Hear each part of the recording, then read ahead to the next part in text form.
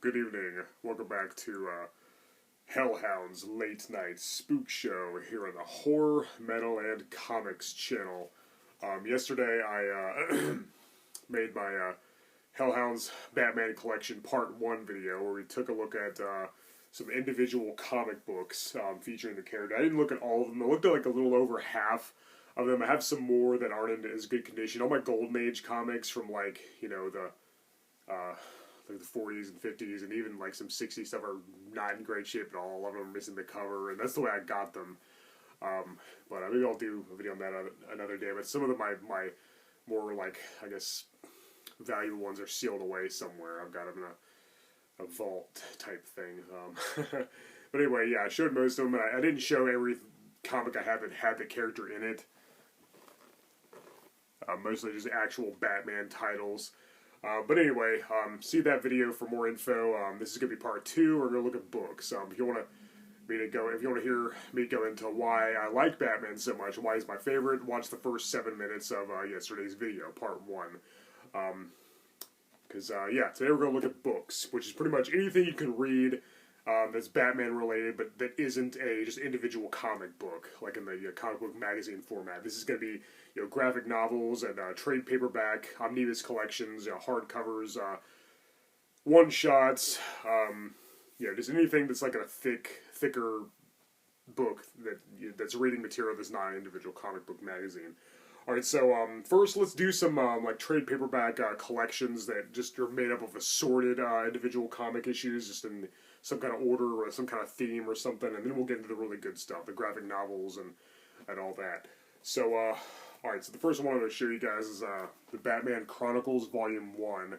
And so, yeah, this is every Batman story in order, in chronological order, starting with his first appearance at Detective Comics issue 27 from 1939.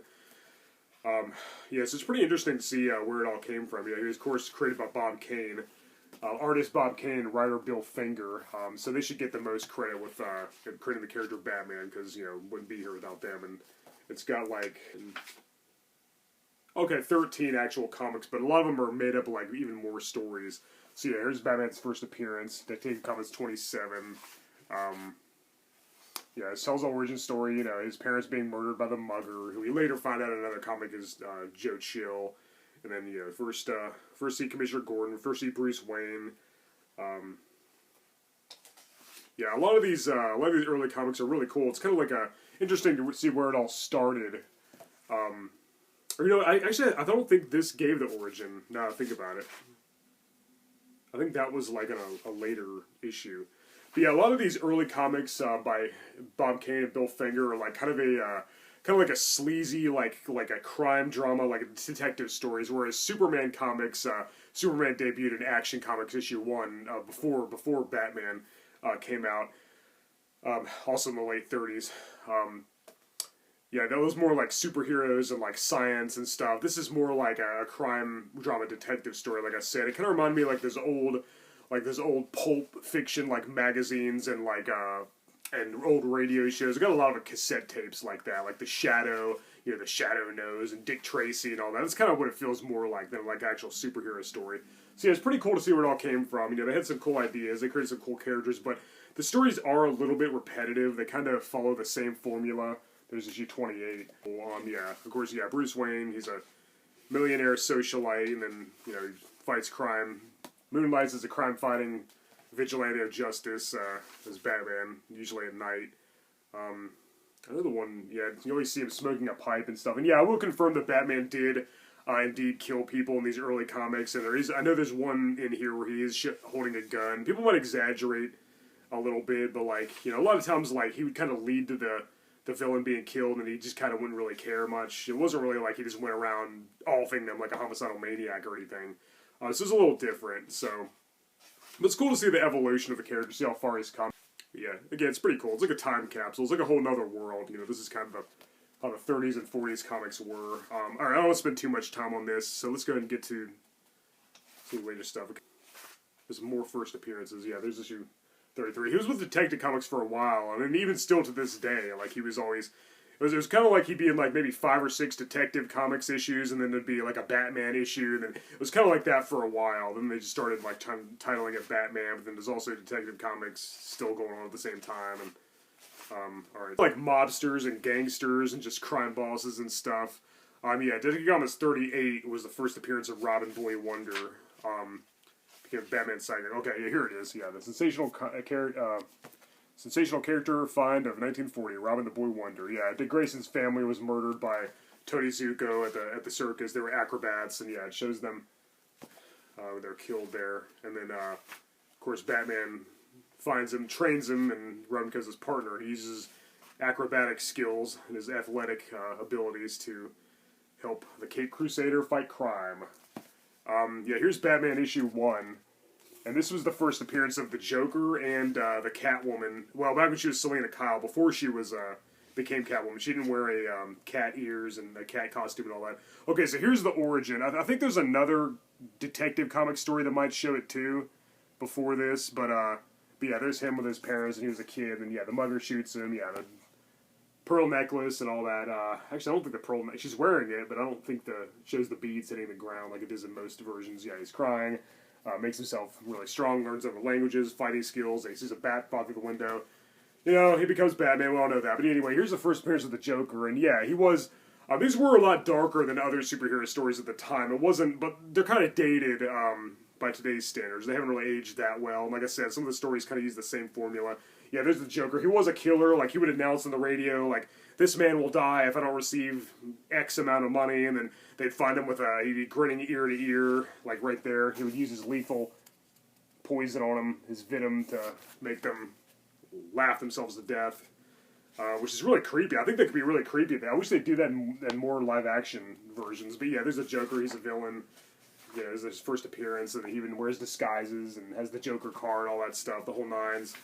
You know, and then eventually started using lethal hand buzzers and flowers on his lapel that shot acid and razor-sharp playing cards and all that stuff. Guns that went bang, but they'd still impale you to death, and other guns that shot a boxing glove. Yeah, and then every time the Joker, he'd get captured, but he also died in his second appearance, but then they retconned it to bring him back because, you know, he was such a popular character. Yeah, here's Hugo Strange, Dr. Hugo Strange, another early Batman villain who's still part of this awesome rogues gallery.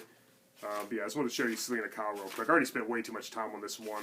I promise I won't spend as much time on the rest of them. I kind of want to talk about when it first got started and stuff. Okay, yeah, there she is. I don't even know if it says her name, Selena Kyle, yet. I thought it did, but maybe not. But yeah, this is before she became the Catwoman. She's the cat burglar. And here's the Joker's second appearance, still kind of doing the same thing. Making people violently grin from ear to ear with the laughing gas, and they'd find a frozen smile on their corpse. But yeah, these were a lot darker, but like not compared to the later stuff, because they did get kind of campy, like in the 50s and 60s, and then, you know, Denny O'Neil and Neil Adams and editor Julius Schwartz and all them made it become like darker and gloomier, like in the late 70s, or even the early 70s for that matter. And then, you know, of course, then we had Frank Miller and Jeff Loeb and Alan Moore and all that, made it even gloomier. Alright, so here's Batman Chronicles Volume 2. This is even more of his early adventures. We have the first appearance of the first Clayface, when he was kind of more like he just wore different masks. It was a master of disguise. It wasn't like a living clay monster that could like shapeshift and all that. There's a one that has a Joker and Catwoman. Had scientists and like, you know, like mob bosses. Like the villains weren't quite as colorful yet. Although the early appearance of the actual Rogues Gallery, like Joker and Catwoman, and all those, it was pretty interesting to see how far they've come. See evolution. Yeah, but yeah, here's just, you know, it's just more Detective Comic stories, and yeah, there's the Joker again, Dick Grayson, Robin fighting him. Yeah, pretty cool stuff. It's really interesting to see how far it's come, but, you know, the Bob Kane, Bill Finger version of Batman's early comics are far from my favorite, though. Like I said, they got their place in the history, of course. You know, it wouldn't exist without these early stories. Yeah, there's a few other first appearances. Next volume, I think, or one of the next volumes. Yeah, this is Joker again. I could have sworn there's another, like, really common, one of his main villains got introduced in one of these in this collection, but Well, alright, I spent enough time on that. Yeah, Batman Chronicles, volumes 1 and 2. So yeah, pretty interesting to see how far it's come. And then, of course, we have another compilation about Joker stories, the greatest Joker stories ever told. And yeah, there's some good ones in here. This has Detective Comics 168, which is actually the first time that had the Vat of Chemicals origin. Joker was the Red Hood, and he was just a common petty thug, and then he just tried to get away from Batman, and he swam through like a kind of like a sewer system full of the chemicals, and he merged with the bleached chalk white, perma white skin and the green hair, and then he just lost his mind and started laughing. So yeah, here's all kinds of different Joker stories from like different eras. I'd like to talk more about this. Maybe I'll give this book its own video. Yeah, this is the first appearance of Joker in Batman issue 1, like I already talked about, and the Batman Chronicles Volume 1. Yeah, all kinds of great Joker stories. It has, pretty sure this has Batman 251 that has that really iconic Neil Adams cover that I will have the original of that. That's not a reprint. Yeah, the Joker's 5-Way Revenge, issue 251 from 1973. But I think a lot of these don't print the actual cover. It just shows the story. I can't stand that. Yeah. See, those were the beginning of the comic, and then it shows the rest of the comic, but it doesn't have that awesome iconic cover with the Ace card and stuff. I hate that. And then, yeah, all kinds of great Joker stories. Let me just show you the one from Detective Comics 168, which is, when he first has that origin. That was before the Killing Joke, obviously. So, okay, 51. Yeah, again, it doesn't have the actual cover of the comic. It just has the front insert panel. Yeah, who is the Red Hood? You know, and then, yeah, of course we know it turns out to be the Joker. He wasn't like a failed comedian and with a tragic backstory and all that stuff. But yeah, he told the story. He got away from Batman and swam through the chemicals, and then came out looking like a clown, and lost his mind and started laughing maniacally. They told it better in Killing Joke. It had more to it, of course, but yeah, there's all kinds of Joker stories in here from different eras and different writers and artists, their interpretation, even some newer stuff. Pretty cool to see the evolution of character. I'd like to talk more about this book, but maybe I'll save it for another video. Yeah, of course, the Joker is the best Batman villain, obviously, and this book is a testament to that. Here's another one with the same title, The Joker, the greatest stories ever told, but this one doesn't have Detective Comics 168. There's a lot of ones that are missing from this one, and there's a lot of ones that this one has that this one doesn't, so you gotta have both of them to get the best of both worlds and see all these Joker stories. Yeah, this is a lot of the early appearances of the Joker. Batman would fight the Joker a lot, and of course, he probably was a recurring villain. Yeah, look at that. Yeah, that's what I want to see in a live-action movie. The only one that did it was Batman '89. I want to see the Joker make people, smile and laugh to death, and find a frozen smile on their dead body. That could be done really well. That could be really creepy if done well. Yeah, there's even one that was based on the '90s animated series. All right, we're already at the 15-minute mark. I've only talked about like 4 books so far. Yeah, here's a newer one. Yeah, that's the art by Alex Ross, of course, another great artist. His drawings look just like photographs. Yeah, really amazing artwork. Very, very detailed. And there's a really cool one at the end where the Joker picks up Robin in his car, and then they go to a drive-thru. The Joker has this really long, complicated order, and then shoots the manager, and then Robin manages to escape. And it's kind of interesting just to see, I like the Joker. He's a homicidal maniac, but he kills somebody and then laughs about it. It's a great idea for a villain. But anyway, yeah, all kinds of great stories in here. I definitely recommend you check it out if you're a fan of the Joker. Yeah, there's even some Jeff Loeb stuff in there, some Tim Sale artwork. Looks like that's from Long Halloween. What I just looked at. But yeah, the Joker. Clown Prince of Crime. Alright, then here's Catwoman, 9 Lives of Feline Fatale. Yeah, there's a bunch of different Catwoman stories from different eras. I don't think this has her first appearance of Batman issue 1, but yeah, some pretty cool artwork. She's gone through a lot of changes. She's had so many different looks and stuff. Okay, it looks like her first appearance is in there before she wore the cat costume. Yeah, Selena Kyle. Yeah, Crimes of the Catwoman. You know, she's got different types of the cat ears, and she had a green costume right there, and then there's a purple costume. She had a cape, she had goggles. She's gone through so many different looks. She's got a black costume, a green costume, purple, even brown. Yeah, she's probably the second most common Batman villain next to the Joker. He has the 90s animated series version. But, you know, but a lot of times she's kind of like a romantic interest. You know, she has a love-hate relationship with Batman / Bruce Wayne. So, yeah, all about Catwoman. Really good, really cool book. And here's Batman versus Two-Face. All kinds of different comics from different eras. His first appearance when shows the origin when he was Harvey Dent and his face got scarred by the acid when he was a district attorney. Sal Maroni threw the acid in his face and, you know, scarred half of his face. He became Two-Face, and now he makes all his decisions with a flip of a coin. One has a scarred half and one has a normal half, just like his face. Yeah, there's the first. He was actually called Harvey Kent in the early stories, but then they had to change it to, you know, avoid confusion with, of course, Clark Kent, Superman's alter ego. You know, lots of good, really cool early Two-Face stories. You know, we had his wife Gilda Dent, and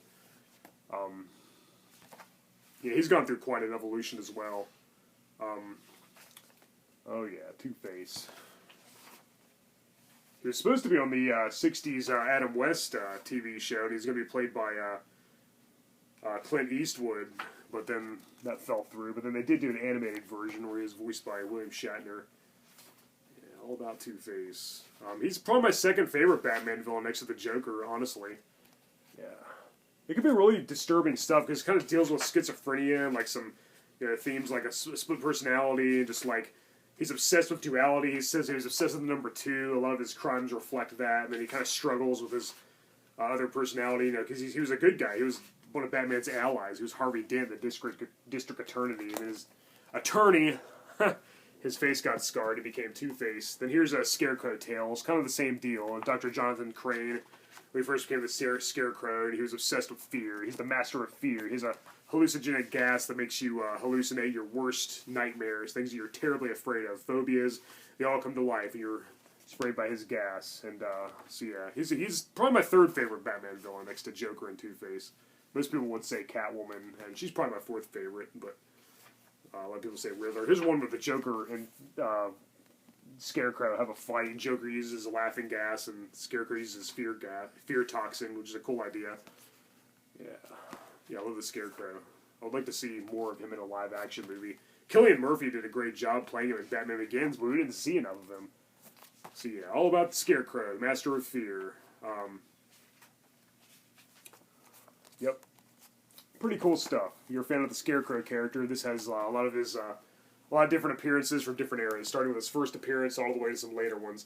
Then we have the Batman Arkham series, and no, I'm not talking about the video game series. It's called Batman Arkham, and then there's various appearances from a certain villain. This one's the Penguin. It's all about Penguin stories. It has his first appearance in Detective Comics 58. I guess this one doesn't have the actual cover of the comics either, which kind of annoys me. Yeah, there's the Penguin when he first appeared. Just a short mob boss type guy, crime. He's a common criminal, but he's the gentleman who wears a tuxedo and looks like a bird and even kind of laughs like a duck. Seems like he wouldn't be a very interesting villain, like when you think about it, but they find interesting things to do with him over the years. And I like the Danny DeVito version in Batman Returns, and I guess he's going to be played by Colin Farrell in The Batman with Robert Pattinson, which comes out later this year. But yeah, all about the Penguin. I like this Arkham series. I just wish they had the front covers of the comics, and it's cool to see the evolution of all these characters. So yeah, I don't think they have a Batman Arkham Joker or a Catwoman one. I know they have a Two-Face and a Scarecrow one. I don't have either of those because a lot of them have the same, some of the same stories that are in these two. But there are some that aren't, so I'll have to get my hands on them soon. The Batman Arkham Scarecrow one's kind of got up in price. Yeah, so yeah, just like you expect, a lot of Penguin stories, and ditto for the one with the Riddler. A lot of Riddler stories, including his early appearances. Yeah, his first appearance in Detective Comics 140, and then on, yeah. I like the Riddler as a villain because we really get to see Batman, Bruce Wayne use his detective skills to try to solve the crime, and then because Edward Nygma, the Riddler, leaves clues. I know there's one where he teams up with Oswald Cobblepot, the Penguin. I mean, of course. I've got that individual issue. I showed it in my last video, Hellhound's Batman Collection Part 1. But yeah, really cool seeing Edward Nygma use these clues and like really keeps Batman and Commissioner Gordon like on their toes, and they're trying to solve these horrific crimes. And then Edward Nygma likes to mock him, saying, "I'm smarter. I'm always one step ahead." So he leaves clues, and Batman has to really use his brain to figure them out. I think that's a cool idea. Always keeps him second guessing. A lot of times the police are baffled, so Batman's got to solve the crime. So yeah, Edward Nygma, the Riddler, from his first appearance all the way to some newer ones. The Riddler. I grew up watching the 60s Batman show. I like Frank Gorshin. It was a little campy and comedic and cartoonish. And then, of course, Jim Carrey played him in Batman Forever. And I guess Paul Dano is playing him in The Batman, but he's going to be heavily inspired by the Zodiac Killer. I'm not sure if the Zodiac Killer has common with the Riddler. Maybe they should have used Hush instead. He's wearing a mask and everything. He's a serial killer. Whatever. I'll reserve judgment till I see it. Yeah, here's Batman Arkham Mr. Freeze. And we see his first appearance when he was called Mr. Zero back in Batman 121 from 1959. Yeah, he had a much different costume. And yeah, he just frees people solid. And he was kind of a campy joke character at first. But then they ran into Mr. Freeze. And then really the 90s series, the animated series, is what made him really dark and like really a lot more serious. He was trying to save his wife. And so we kind of relate to him, An explosion of these chemicals made it to where he always has to be in a certain very, very low, very freezing temperature, and so he uses his ice gun to freeze people, and he lives in sometimes he lives in an igloo or an iceberg or something. He's just a very cold-hearted menace with a frozen heart, and he's a pretty cool villain. I'd like to see a really good live-action version of Mr. Freeze sometime. Arnold Schwarzenegger and Batman and Robin, that wasn't too good. I'd like to see a more serious, more dark Mr. Freeze, kind of like the 90s Batman cartoon, but not overly realistic. He's still going to have a freeze gun and all that stuff. It shouldn't just be a criminal going around with a CO2 fire extinguisher. That'd be crap. But yeah, I want to see a more Mr. Freeze more like this. I would like, and I'm excited to see Zoe Kravitz as Catwoman. I think she looks like the best part of the Batman movie, but it's going to be hard to top Michelle Pfeiffer in Batman Returns. And, of course, I even like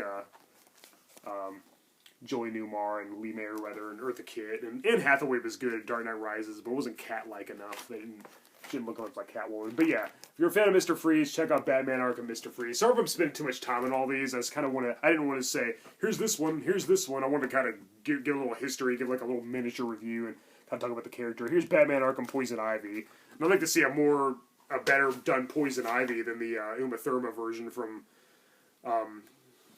Batman and Robin. Yeah, we have her first appearance in Batman 181, and yeah, Batman and Robin even fight over her because she's got her poison, like she's seducing them, and just like in Batman and Robin, only this is done better.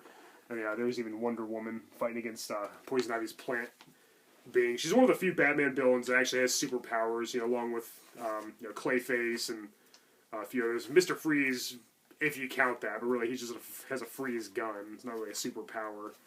But what I mean is she's like one of the lesser, the non-realistic Batman villains, I guess. Because she can make plants grow and have an army of killer potatoes and all that. And she can seduce anybody with her venom. But yeah, very cool character. I'd really like to see a proper done live-action version where she really, tries to seduce Batman and tries to control him and stuff. Because it could be really, really cool. So yeah, Dr. Pamela Eisley, Poison Ivy. She was a lot different before the Crisis on Infinite Earths thing. Her character is one of the ones who went through a lot of changes and like a different origin stuff. They really reinvented her character. Yeah, there's her and here's Catwoman. I guess now she's kind of known for being a team with best friends of Harley Quinn, which of course was also in one of the 90s animated series shows. Yeah, there's her vines attacking somebody. Yeah, all about Poison Ivy. Dr. Pamela Eisley. She was a botanist and then gained plant powers. Alright, now we're getting to the really good stuff. Here's The Killing Joke, written by Alan Moore and illustrated by Brian Boland. This is probably my favorite Batman graphic novel. It gives the origin of the Joker, Expanding upon the one from Detective Comics 168 that we already talked about with the bath of chemicals. He was the Red Hood, and he did dive into a vat of chemicals, and his skin was bleached. But this one, they go a little more in depth. They explain that he was a failed comedian, struggling to make ends meet. There he is, and there's his wife, and then his wife loses her pregnancy, and then she dies, and then he's already made this this deal with these gangsters, and then they go rob the Ace Chemical plant where he used to work, and then of course they force him to dress as the Red Hood. Then Batman shows up, and all these are shown in flashbacks. By the way, there's a new story where the Joker buys an amusement park, kills the owner in that really sadistic, cruel way that we love the Joker for, and then he shoots and cripples Barbara Gordon, aka Batgirl, and kidnaps Commissioner Gordon in an attempt to prove that one horrible day can result in you losing your mind. That's the Joker's whole thing. Batman lost his parents, and now he wants to make sure nobody else feels that grief and feels that pain. Well, Joker wants to make sure everybody feels it, and it's all a big joke to him, because he's insane. But yeah, this shows why. Yeah, then Batman showed up. Joker was dressed as the Red Hood. There's him. There's the Joker showing pictures of Commissioner Gordon's daughter Barbara, Batgirl, who he tortured. Really heavy, really serious, really disturbing stuff. Yeah, there's Batman approaching the Red Hood. The other two criminals who manipulated the failed. We never hear the Joker's real name. He's just some failed comedian, and the thing is, he's struggling, he's a loser, but then I love transformations, I love the contrast between, then he's the Red Hood, he falls in the chemicals, then he emerges, he loses his mind, he becomes a criminal genius who's just absolutely insane, and he becomes a mastermind, and then he is really funny. He's not a failed comedian anymore, he's hilarious, but he'll do horrible, unspeakable things to you and then laugh about it. It's all a big joke to him. He's not motivated by greed or revenge or anything, really. He's just nuts, and wants everybody else to feel the pain that he felt, and then just make a big joke about it and fight people with his laughing gas and lethal playing cards and the razor sharp and the flower and the spit acid, all that stuff, the bang guns. And a lot of people, there's a lot of speculation about the ending. Some people think Batman killed the Joker. I guess it's up for interpretation, but who knows. But Killing Joke, written by Alan Moore, probably my favorite Batman graphic novel. I do like origin stories, and that one's a damn good with the Joker, and I do consider that the definitive origin story. I wish they'd keep going with the whole Ace Chemicals, falling in the vat of chemicals origin of the Joker, because it's sorely absent from his live-action versions now. They did it in Batman '89, and then, but it seems like they keep dismissing it. And I guess they referenced it in Suicide Squad, but it wasn't the same. Speaking of the Joker, here's the Death in the Family storyline. He collects all 4 comics in that story arc. Yeah, it's the death of the second Robin, Jason Todd. Jim Aparo, one of my favorite artists, was the penciler. Jim Starlin wrote it. Pretty good stuff. Really bleak, really grim Batman storylines. The death of Jason Todd. It's a really iconic moment in the history of the character, and he's killed by the Joker, and of course, that makes him all the more of an interesting villain that really enhances the relationship that Batman and Joker have. Yeah, there's Superman too. Really deep stuff. Joker. This is one of my favorite Joker stories. Death in the Family. The death of Jason Todd. Alright, and then here's what you've been waiting for. Batman The Dark Knight Returns. This is everybody's favorite Batman graphic novel. And Frank Miller is awesome. He wrote and illustrated this storyline. And then, any top 10 list you see about Batman graphic novels online, whether it's YouTube or just some article on some website, this is always number 1. Not most of the time, not some of the time, always. This is probably my second favorite next to Killing Joke. It has to do with a seasoned veteran Batman who's been Batman for years. He comes out of retirement and battles some of his old foes, the Joker and Two-Face, and then several others, and even has a new Robin. She's a female. Her name's Carrie Kelly. Very well written, very good stuff. It's very in depth. Has a lot of substance, and it's just a great story arc as in writers. Joker even. Spoiler alert, Joker even kills himself and blames it on Batman. One thing that's kind of weird about the artwork is every time it shows the Joker, he looks totally different. He looks like a different person, right there, and then, right there. Like, every time it shows him, he looks different. Like, he's perma white with green hair, but sometimes he has a different hair style and hair length, and I don't know, just different. But what most people remember is the fight between Batman and Superman, which, of course, greatly influenced the Batman v Superman Dawn of Justice movie. Batman even has the cybernetic suit, even enlists the help of Green Arrow, Oliver Queen, who also comes out of retirement and shoots Superman with a kryptonite arrow, like a kryptonite spear on an arrow. But yeah, Batman and Superman fight. That's kind of my favorite part. It's a thrilling climax, and then, yeah, very, very good read. This will probably get its own individual review by me someday, because I could go on and on, but it makes it so great. But yeah, Batman Dark Knight Returns. Speaking of Frank Miller, he also did an origin story, Batman Year One, which he wrote, but he didn't illustrate this time. This time's the illustrations were done by David Mazzucchelli. But yeah, this tells the origin story. Yeah, Bruce Wayne's parents are killed. You know, he becomes Batman, trains his body to physical perfection with martial arts and stuff. He learns different fighting skills, and he's kind of not very good at it at first. He makes a lot of mistakes, but he learns from mistakes. He becomes the world's greatest detective, and even has an early appearance by Selena Kyle, the Catwoman. She has really short hair, which I think they're taking inspiration from in the upcoming The Batman live-action movie, where she's going to be played by Zoe Kravitz. So I'm looking forward to that, because I thought she was the best part of the trailer. Yeah, very good stuff. Very well written, very well drawn. Batman, you know, Neil Adams and Denny O'Neil and all them did make Batman dark again, like in the 70s and 80s, but Frank Miller's really what made it grim and everything. And like the Batman we know today owes a lot to the Frank Miller version, and Dark Knight Returns and Year One are both a testament to that. They even make a reference to Superman in this story. Yeah, there's Catwoman, like I said. So yeah, the story of Bruce Wayne, the definitive origin story of how he became Batman. I absolutely love it. I highly recommend it, especially if you're a fan of Frank Miller. See where it all started with this one. And there's even a segue. At the very end, it kind of sets up a new villain, the Joker. And I think Batman, the Man Who Laughs, this came out years later. This is like in 2008, I think. This came out way later than Year One, but it fits in nicely as kind of a sequel. It's not written by Frank Miller. It was written by Ed Brubaker and illustrated by Doug Mahnke and Patrick Zurcher. But yeah, kind of it depicts the Joker's early crimes. It's not an origin story like Killing Joke, but it pretty much shows when he first became the Joker and first started, you know, making people have that terrifying smile, and has some pretty disturbing imagery. It's a pretty dark story. It is a little, like, kind of typical, like, newer style, and it's kind of glossy and, like, overly done, but I think it's a pretty good read. I haven't read it since it first came out. Back then, I don't remember a whole lot about it, but I just remember really enjoying it. And like I said, it does kind of make for a good follow-up to Year One. Like, that sets up the Joker at the end, much like Batman Begins did. Like, that also took a lot of inspiration from Year One. But yeah, it's a pretty cool early Joker story. There's the Alan Scott Green Lantern. Yeah, pretty cool. See some of the Joker's early crimes.